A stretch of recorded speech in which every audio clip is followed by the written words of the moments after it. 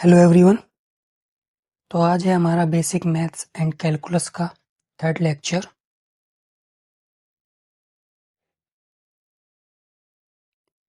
जिसमें हम पढ़ेंगे एक्सपोनेंट्स एंड पावर्स। और ये हमारा एक्सपोनेंट्स एंड पावर्स का पार्ट थर्ड होगा। Part one and part two हम ऑलरेडी अपलोड कर चुके हैं।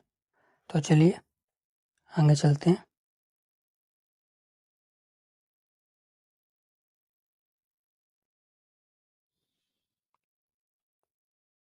Product rule.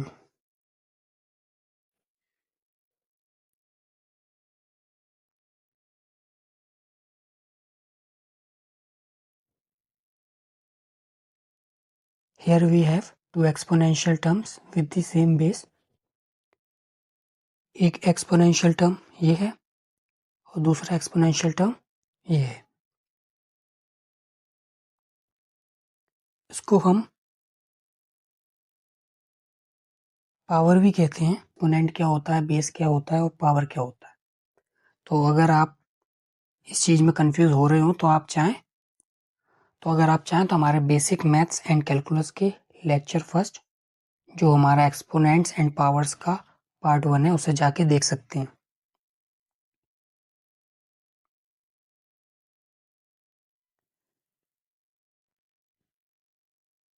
तो क्या होता है, जब दो powers with the same base होती हैं, जैसे कि यहाँ पे है दो पावर्स हैं जिनका बेस सेम है, दोनों ही जगह पे बेस ए है और उनके बीच में मल्टीप्लिकेशन हो रहा होता है, तो उस टाइम पे हम बेस को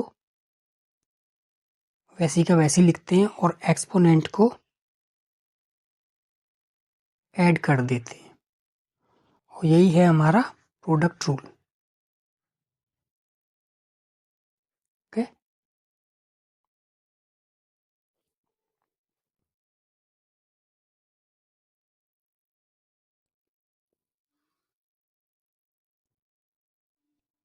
अब ये हमें एग्जाम्पल जो फर्स्ट दिया हुआ है उसको देखते हैं।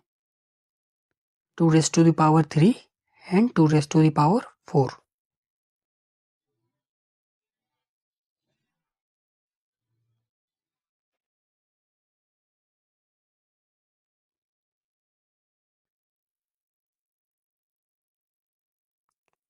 To raise to the power 3 into 2⁻⁴।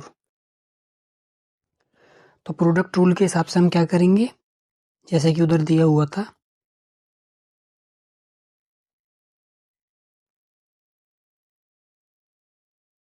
A raise to the power m and A raise to the power n को हमने कैसे लिखा था, जो बेस था उसको वैसी के वैसी लिखा था और जो एक्सपोनेंट थे उनको ऐड कर दिया था।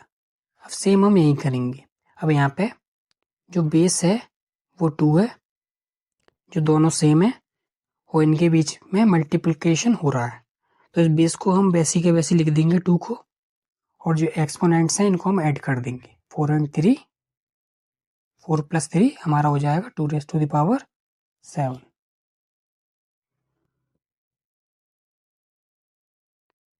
ओके। और सेकंड वाला एग्जांपल जो हमें दिया हुआ है वो है x⁻² एंड x⁻⁵।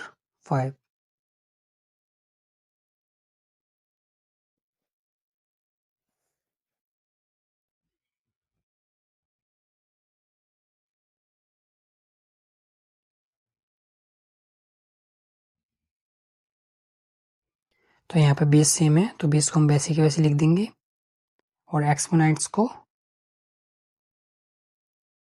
ऐड कर देंगे।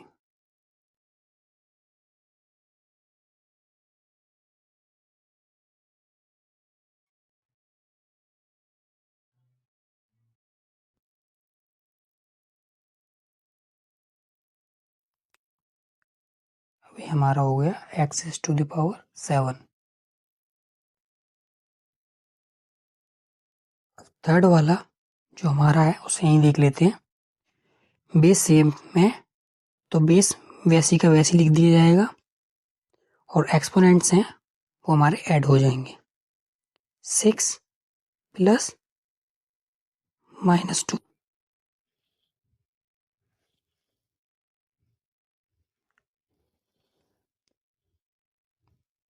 तो ये हमारा क्या हो जाएगा, 6 प्लस -2 इक्वल्स टू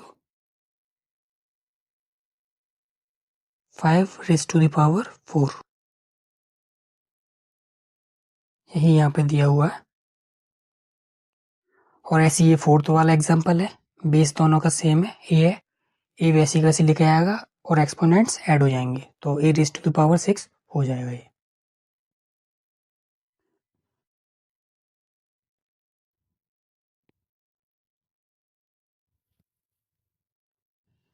ऐसे ही अगर मैं यहाँ पे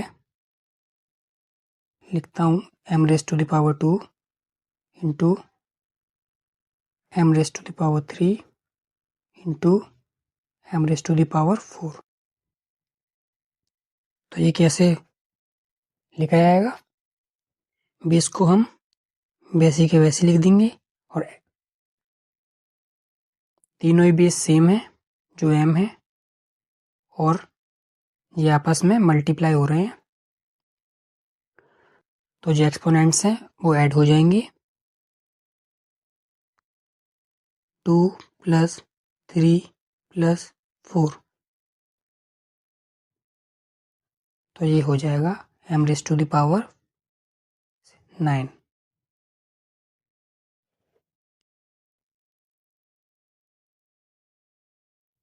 ओके,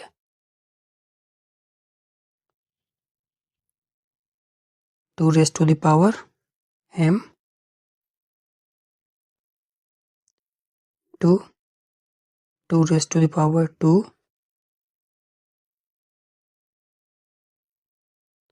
equals to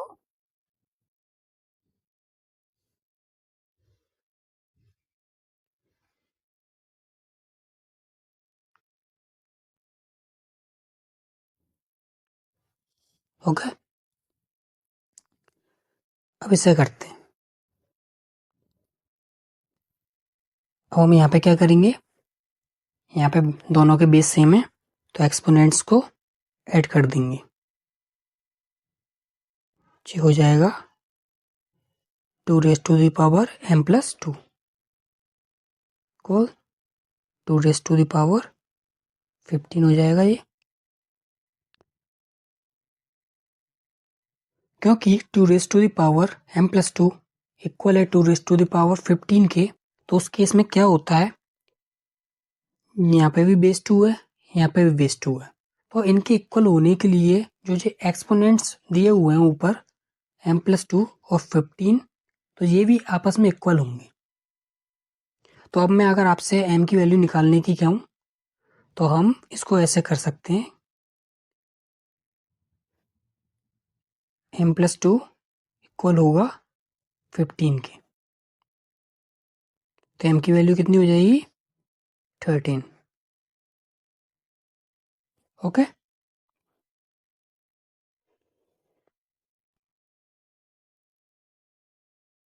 चलिए एक एग्जांपल और करते हैं।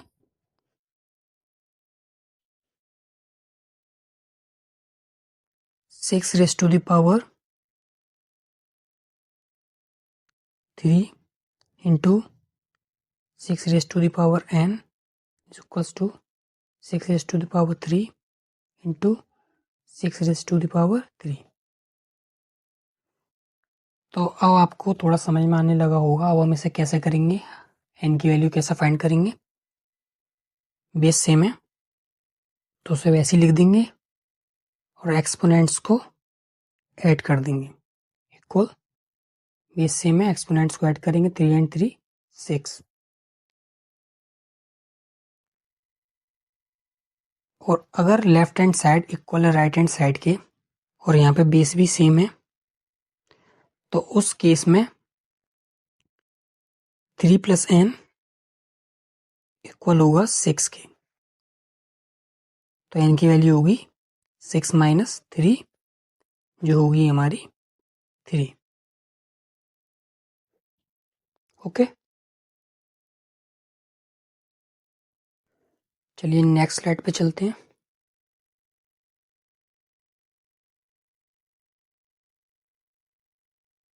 Division rule.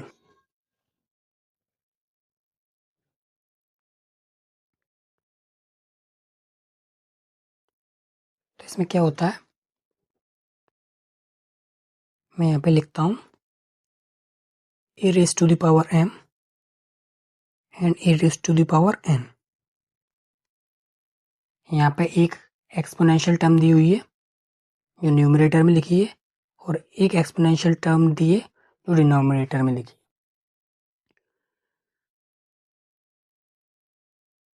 तो इसमें क्या है, दोनों ही बेस सेम है।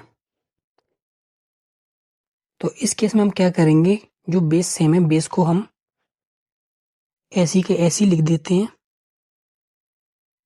और जो ऊपर वाला एक्सपोनेंट है उसमें से नीचे वाला एक्सपोनेंट माइनस कर देंगे। ये डिवीजन रूल यही बोलता है। तो आइए एग्जांपल्स देखते हैं। तो फर्स्ट एग्जांपल हमारा क्या है,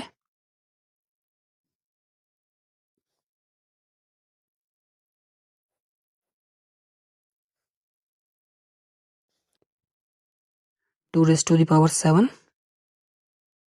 upon two raise to the power 3।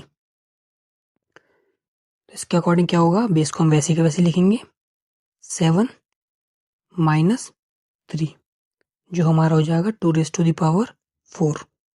Okay, जो दिया है यहाँ पे। ओके, सिमिलरली सेकंड वाला है। तो इस सेकंड वाले में क्या करेंगे हम, बेस वैसी के वैसी x लिख दिया जाएगा, और ऊपर वाले जो एक्सपोनेंट 6 में से माइनस कर देंगे 2, तो जो हो जाएगा हमारा x raise to the power 4। अब थर्ड वाला देखते हैं, 5 raise to the power 4 upon 5 raise to the power 6।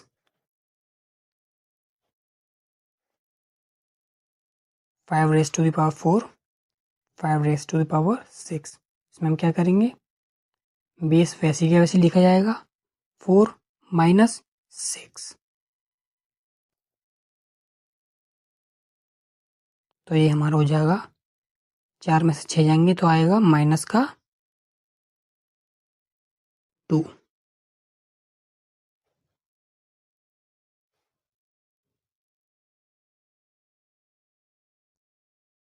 Okay,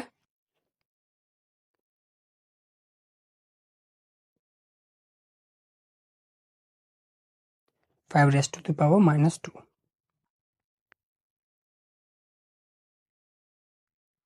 और फोर्थ एग्जांपल है A raise to the power 5 and A raise to the power 5।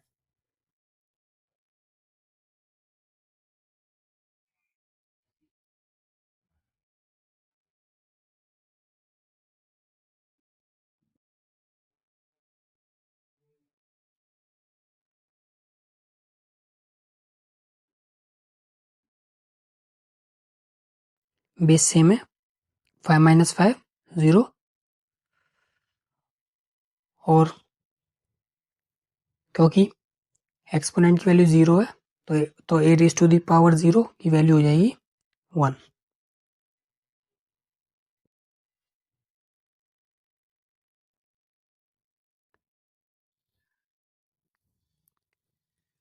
अगर मैं आपसे कहूँ 2/3 के ऊपर एक्सपोनेंट 2 लिखते हैं, 2/3।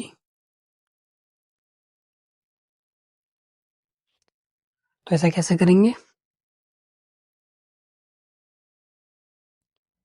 ये बेस 2/3 है और ये भी बेस 2/3 है। तो 2/3 को हम वैसे का वैसे लिखेंगे,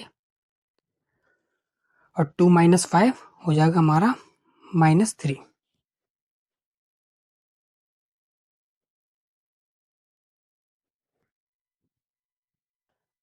चलिए एक और एग्जांपल देखते हैं। तो अगर मैं आपको दूं 2 raise to the power m,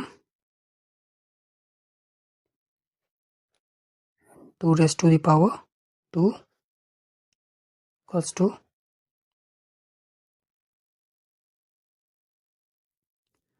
2 raised to the power 2 into 2 raised to the power 5.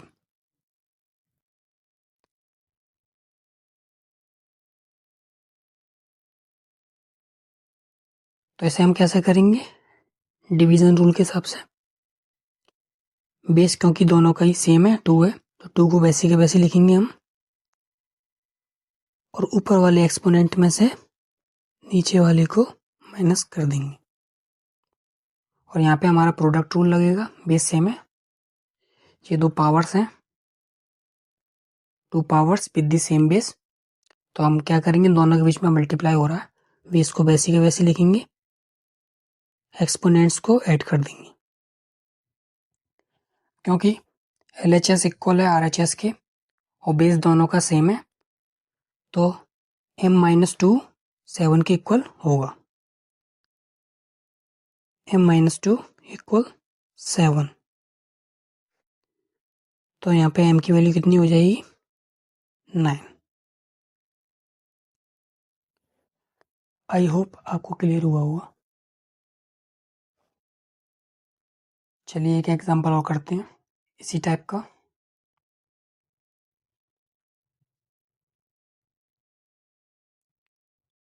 6 raised to the power a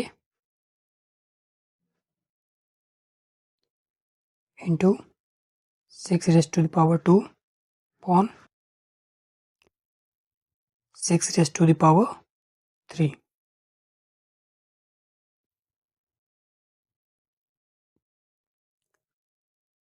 इधर लिखते हैं 6 raised to the power 2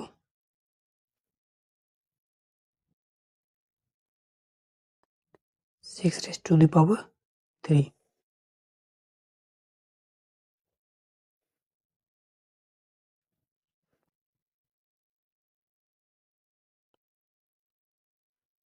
इधर हम प्रोडक्ट रूल लगाएंगे तो क्या हो जाएगा, 6 बेस सेम है,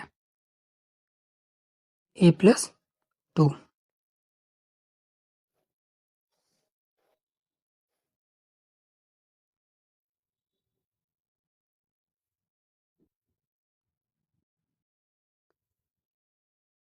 a प्लस 2 अपॉन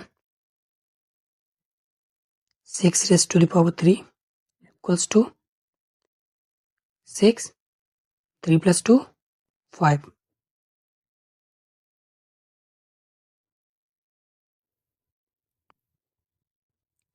अब क्योंकि बेस सेम है तो हम 6 को वैसे कैसे लिखेंगे,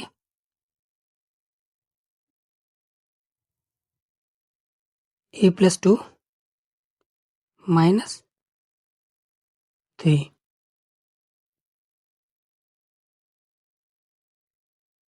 equal 6 raised to the power 5।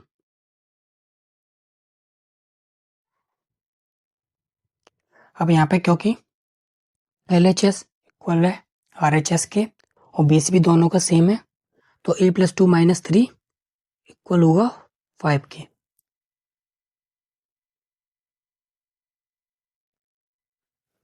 तो आप अब यहाँ पे इजीली a की वैल्यू निकाल सकते हैं। a जो हो जाएगा माइनस का 3 है एंड प्लस का 2 है, जो हो जाएगा माइनस का 1 इक्वल टू 5। तो a की वैल्यू हो जाएगी 6। Okay,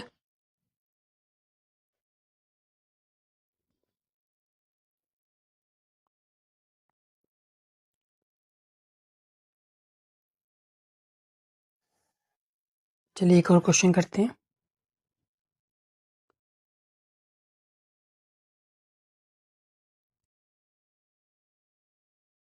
3 raised to the power 2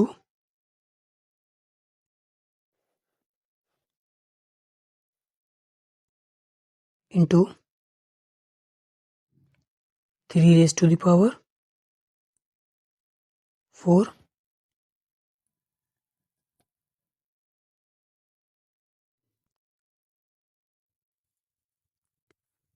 3 raised to the power 5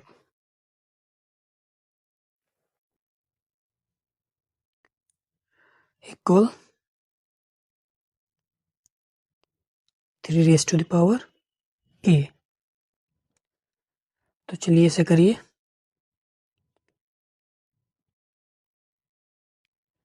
इसे करके देखें एक बार क्या आता है, और कमेंट में एक ही वैल्यू लिखें।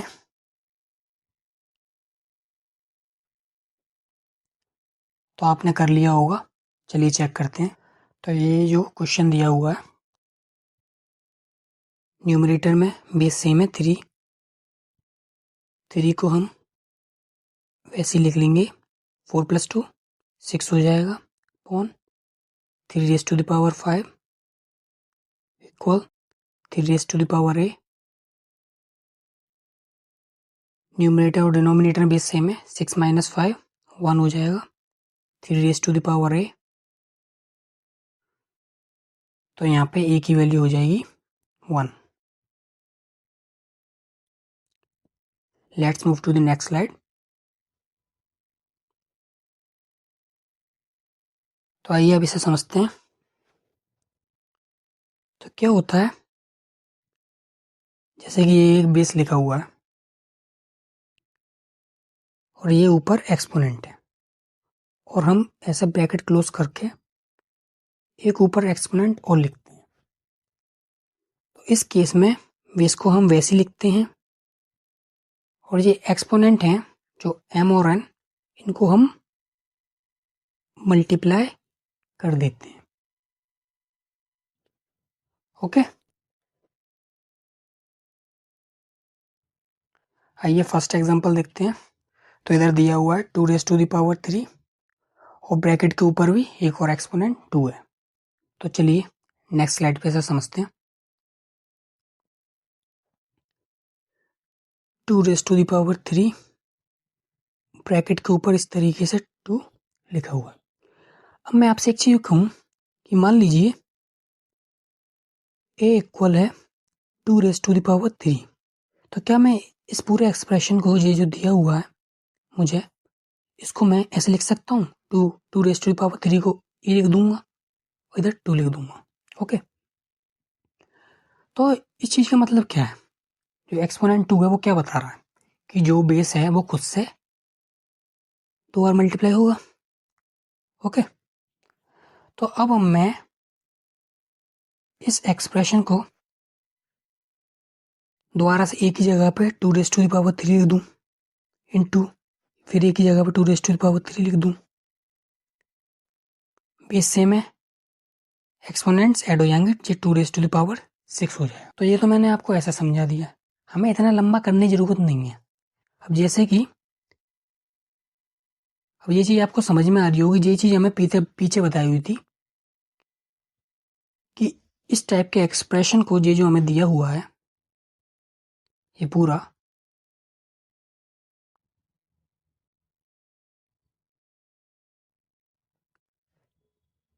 तो इस केस में हम क्या करते हैं, 2 को वैसी का वैसी लिख लेते हैं।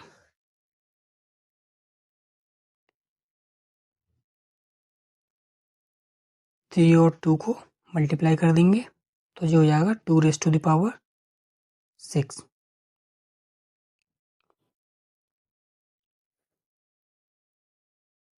ओके,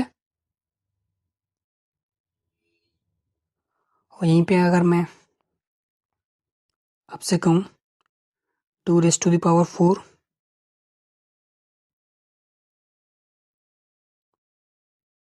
और लिख देता हूँ 4,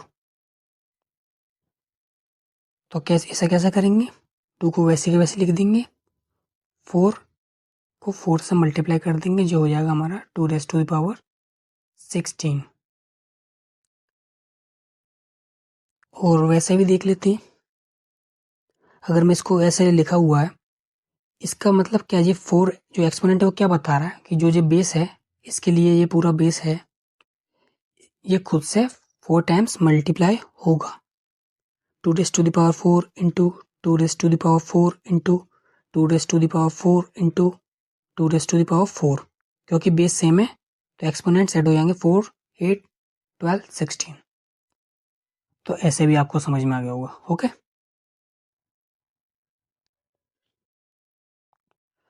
अब इस क्वेश्चन को देखिए। इस क्वेश्चन को करते हैं। यहाँ पे 2 और 2, ये जो बेस दिए हुए हैं वो सेम है, इसको हम वैसे का वैसे लिखते हैं और ये हो जाएगा m-2। ओके, अब ये चीज़ें कैसे हो रही हैं आपको क्लियर हो रहा होगा। अब यहाँ पे जो दिया हुआ है, इस 2 और 2 को मल्टीप्लाई कर देंगे, 2 2 जा 4 अपॉन, यहाँ पे बेस सेम है, एक्सपोनेंट्स ऐड हो जाएंगे, 3 एंड 2, 3 + 2 5 हो जाएगा।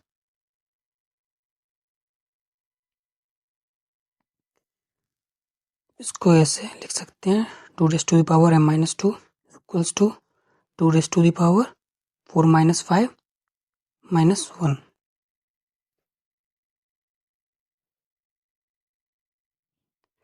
अब यहाँ पे बेस सेम है, तो ये m-2 और ये -1 इक्वल होंगे, तो हम लिख सकते हैं m-2 इक्वल होगा -1 के, तो ये m की वैल्यू होगी 2 - 1, जो हो जाएगा m = 1। Okay,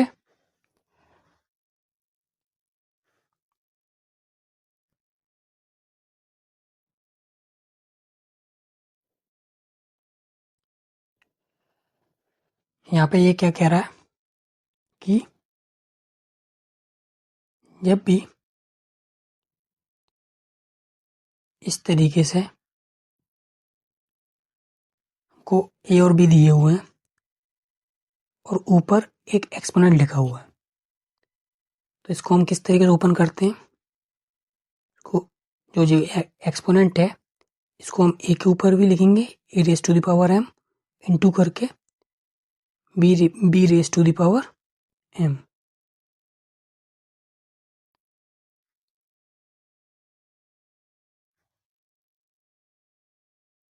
okay, first example देखते हैं। फर्स्ट एग्जांपल दिया हुआ है 2 × x, एक्सपोनेंट है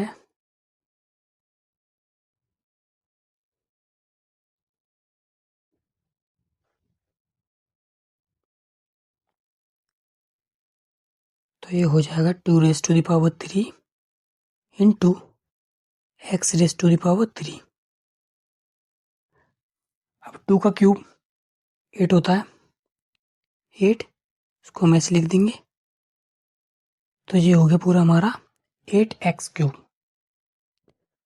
वही यहाँ पे दिया भी हुआ है। सिमिलरली जो सेकंड एग्जांपल है वो भी इसी टाइप से होगा।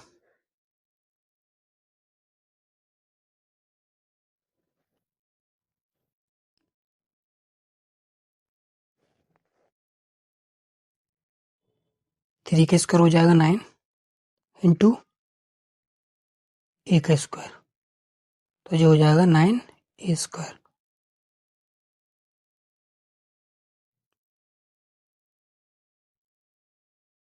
ओके, सिमिलरली ये x raised to the power 4 into y raised to the power 4,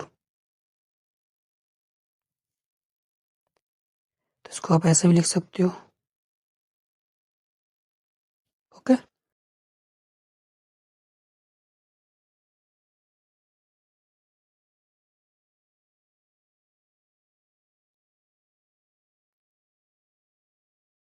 अब इस एग्जांपल को देखते हैं। ये हो जाएगा 5² इंटू m² इंटू n², खोलेंगे जब,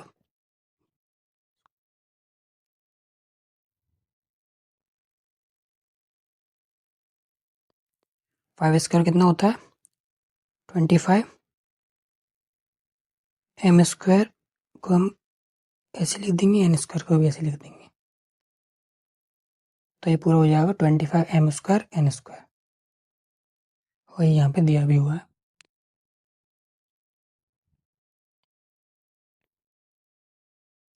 चलिए आगे एक एग्जांपल और करते हैं।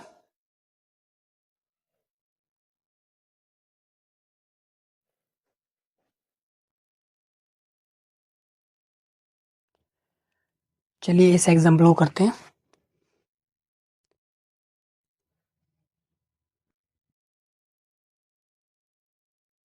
अब ये जो न्यूमरेटर में दिया हुआ है इसको हम इस तरीके से लिख लेंगे, 2 का स्क्वायर इंटू 3 का square upon 2m into 3 2 equals to 2 यहाँ पर ये दोनों कैंसल आउट हो जाएंगे।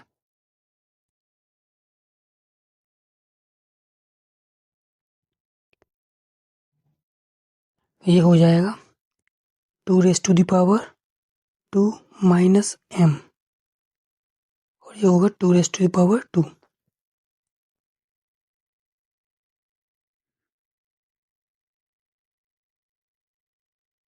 अब यहाँ पे जो m की वैल्यू होगी वो हो जाएगी 0।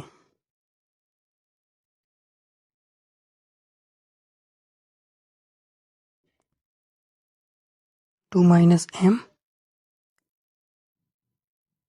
Equals to 2। ओके, m को उधर लेके गए, पॉजिटिव का हो गया 2, उधर से 2 लाएंगे जो माइनस का हो जाएगा।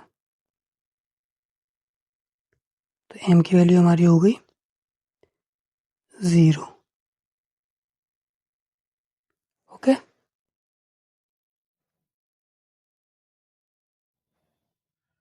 चलिए आगे चलते हैं।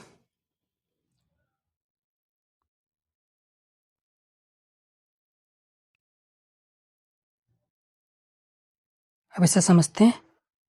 तो हमने पीछे क्या देखा था, जब a इंटू बी दिया होता है और ऊपर इस तरीके से कोई एक्सपोनेंट m लिखा होता है तो हम इसे इस तरीके से लिखते हैं, a raise to the power m into b raise to the power m। Similarly हम इस केस में करते हैं, जब a न्यूमरेटर में लिखा है, b डिनोमिनेटर में लिखा है और इस तरीके से एक एक्सपोनेंट m लिखा है, तो हम इसको कैसे लिखते हैं, a को वैसे का वैसे लिखेंगे और ऊपर एक्सपोनेंट m अपॉन b को वैसे का वैसे लिखेंगे और ऊपर एक्सपोनेंट m। आई होप आपको क्लियर हो रहा होगा। चलिए अब एग्जाम्पल से समझते हैं जो ये दिए हुए हैं।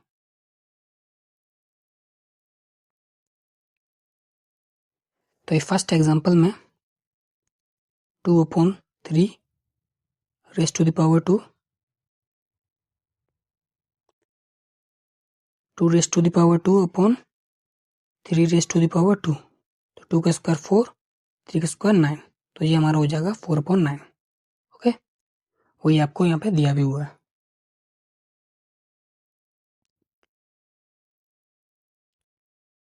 सिमिलरली सेकेंड वाले में x/y का होल क्यूब, इसको भी हम इस तरीके से लिख सकते हैं, x³ अपॉन y³।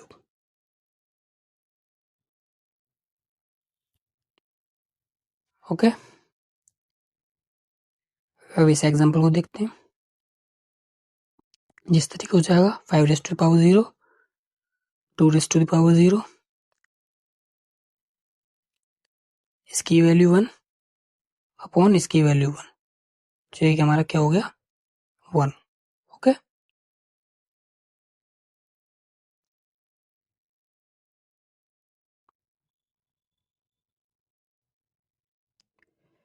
अब चलिए इस एग्जाम्पल को और देखते हैं। 4/5 रेस टू द पावर -1, तो ये कैसे हो जाएगा 4 raise to the power -1 upon 5 raise to the power -1। तो हम इसको नीचे लेके जाते हैं और इसको ऊपर लेके जाते हैं, तो क्या होगा, जब 4 नीचे आएगा तो वैसे लिखा जाएगा, एक्सपोनेंट भी वैसे का वैसे ही रहेगा, बस साइन चेंज हो जाएगा। इसी सिमिलरली जब 5 raise to the power -1 denominator से न्यूमरेटर में जाएगा तो भी इसको वैसे के वैसे लिखा जाएगा, तो एक्सपोनेंट ये उतना ही लिखा जाएगा, बस साइन चेंज हो जाएगा। तो ये हमारा हो जाएगा 5/4। तो चलिए यहाँ पे एक क्वेश्चन लिखते हैं, 2 raise to the power m upon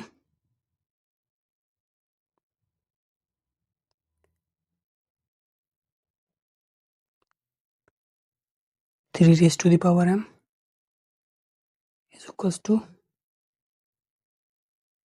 2/3 raise to the power 2।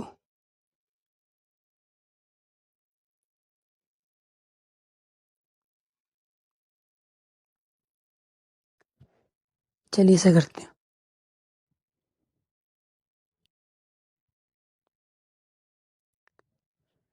क्या हम इसको इस तरीके लिख सकते हैं, 2/3 पर एक्सपोनेंट m, क्योंकि हम इस वाले को जो जो ऊपर दिया हुआ है ऐसे लिख सकते हैं, 2 raise to the power m upon 3 raise to the power m। Okay, और यहाँ पे दोनों तरफ बेस 2/3 है, तो एक्सपोनेंट्स ऐड हो जाएंगे, जो हो जाएगा हमारा 5। तो यहाँ पे बेस सेम है, तो m इक्वल हो जाएगा 5 के। ओके, तो एक स्पेशल केस देखते हैं -1 को लेकर।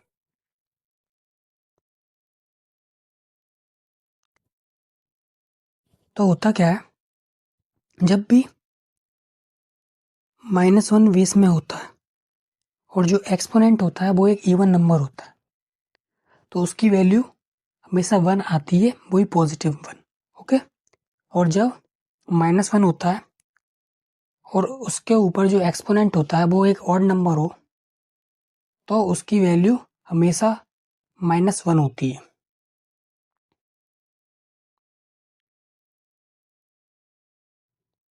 चलिए एग्जांपल्स देखते हैं।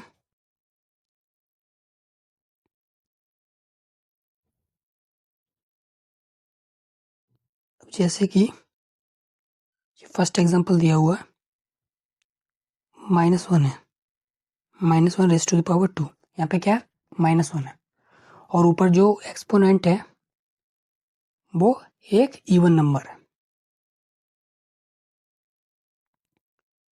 तो हम इसको ऐसे लिख सकते हैं, तो ये हो जाएगा 1 1 1 माइनस माइनस प्लस। ओके,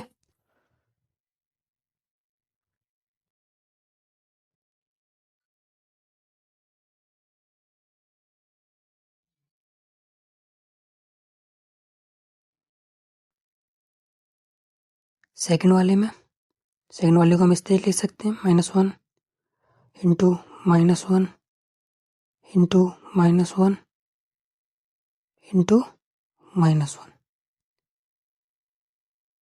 अगर मैं इन दोनों को मल्टीप्लाई करूँ, -1 1 1 1 माइनस माइनस प्लस इंटू, अब इन दोनों करते हैं, इसका और इसका 1 1 1 माइनस माइनस प्लस, तो ये हो जाएगा 1 पॉजिटिव। ओके, अब इन दोनों केस में क्या था कि -1 के ऊपर जो एक्सपोनेंट था वो एक इवन नंबर था। अब यहीं पे हम देखते हैं ऐसा केस जिसमें एक्सपोनेंट एक ऑड नंबर है, -1 रेस टू द पावर 3, तो इसको हम -1 इंटू -1 इंटू -1 लिख सकते हैं। हम इन दोनों मल्टीप्लाई करूँ, 1 1 1 माइनस माइनस प्लस का इंटू -1। अब हम मल्टीप्लाई करेंगे इन दोनों, 1 1 प्लस माइनस माइनस का, तो यहाँ पे वैल्यू कैसे आई? नेगेटिव। सिमिलरली जब हम -1 रेज़ टू द पावर 5 का करेंगे तो यहाँ पे भी 1 आएगा, वो भी नेगेटिव का। Multiplying -1 an even number of times gives +1, and multiplying -1 an odd number of times gives -1. Okay, चलिए नेक्स्ट स्लाइड पे चलते हैं। Important points.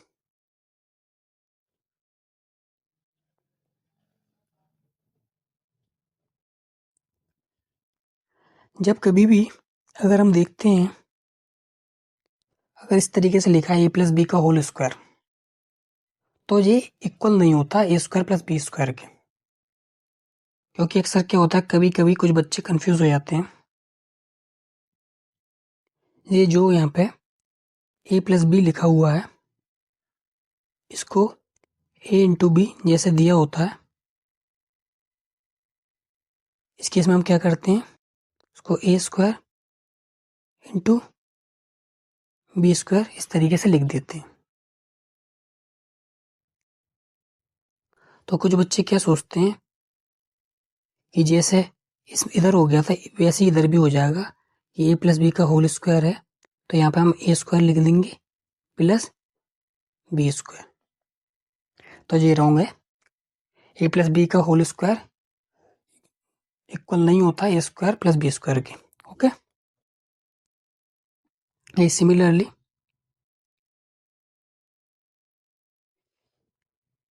ये दूसरा वाला जो केस है, जो प्रोडक्ट रूल होता है, वहाँ पे हम क्या करते हैं, बेस सेम है तो एक्सपोनेंट्स को ऐड कर देते हैं m प्लस n, तो ये तो हमारा सही होता है।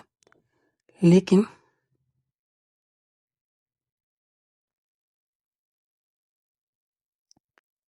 अगर कहीं पे ऐसे लिखा हो a raise to the power m plus a raise to the power n, तो हम इसको ऐसे नहीं कर सकते कि a raise to the power m plus n।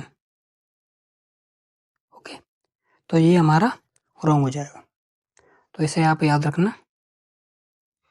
कई बार लोग इस टाइप की गलतियां कर देते हैं। चलिए नेक्स्ट स्लाइड पे चलते हैं।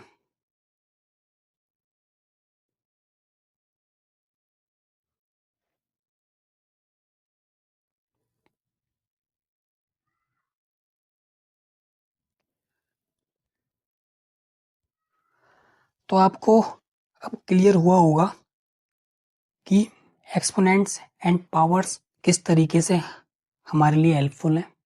इनकी हेल्प से हम बहुत बड़े नंबर, जिनमें बहुत ज़्यादा डिजिट्स होते हैं, और बहुत ही छोटे नंबर्स को ऐसी इजी फॉर्म में चेंज करते हैं जिन्हें हम इजीली रीड कर पाएँ, राइट कर पाएँ, कंपेयर कर पाएँ और कैलकुलेट कर पाएँ।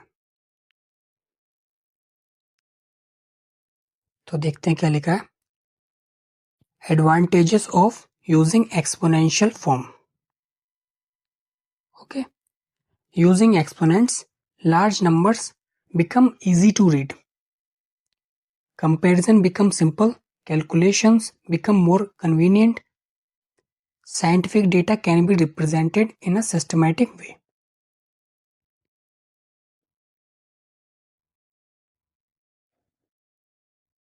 अब इसे ऐसा समझिए, अब जैसे कि हमने कल जो पीछे लेक्चर पार्ट 1 और पार्ट 2 में सन का मास देखा था, वहाँ पे नियरली 31 के करीब डिजिट्स थे। अब हम एक्सपोनेंट्स एंड पावर्स की हेल्प से जब हमने उसको स्टैंडर्ड फॉर्म में चेंज किया था, तो हमने उसे इस तरीके से लिखा था 1.989 इंटू 10⁻30। अब आप इसे देख पा रहे होंगे। अब उस इतने बड़े नंबर को लिखने में अगर आप उसको लिखते तो आपको प्रॉब्लम होती, लेकिन अब इसे आप इतनी छोटी सी फॉर्म में इजीली लिख सकते हैं। ओके, एंड सिमिलरली उसको पढ़ने में भी हमें प्रॉब्लम होती। अब हम इसको इजीली पढ़ सकते हैं 1.989 इंटू 10⁻30, यानी हमारी पढ़ने और लिखने की दोनों की प्रॉब्लम एक्सपोनेंट्स एंड पावर्स की हेल्प से सॉल्व हो गई। अब यहीं पे आप, अगर मैं कहता कि जो सन का जो अप्रोक्सीमेट मास जो दिया हुआ है, उस जो 31 डिजिट वाला, उसका स्क्वायर करो, उसको मल्टीप्लाई करो, तो आप वहाँ पे प्रॉब्लम फेस करते। लेकिन यहीं पे अगर मैं अब स्टैंडर्ड फॉर्म में चेंज करने के बाद मैं अब आपसे कहूँ कि 1.989 इंटू 10⁻30 इंटू इसको मल्टीप्लाई करो, इसी से इसका स्क्वायर कर दो, यानी कि सन के मास का 1.989 इंटू 10⁻30। तो आपको कुछ नहीं करना, यहाँ पे 1.989 इंटू 1.989 इन दोनों का आप मल्टीप्लाई कर देंगे इंटू में, और जब बेस 10 और 10 दोनों तरफ सेम है तो ये 30 एंड 30 60 हो जाएगा। तो आप देख पा रहे हैं, यानी कि हमारे लिए इस तरीके से कैलकुलेशन भी इजी हो गई, यानी कि रीड करना, राइट करना और कैलकुलेट करना इनकी हेल्प से इजी हो। That's all for today's lecture. Thank you for watching. अब हम आपसे मिलेंगे बेसिक मैथ्स एंड कैलकुलस के नेक्स्ट लेक्चर में। बाय।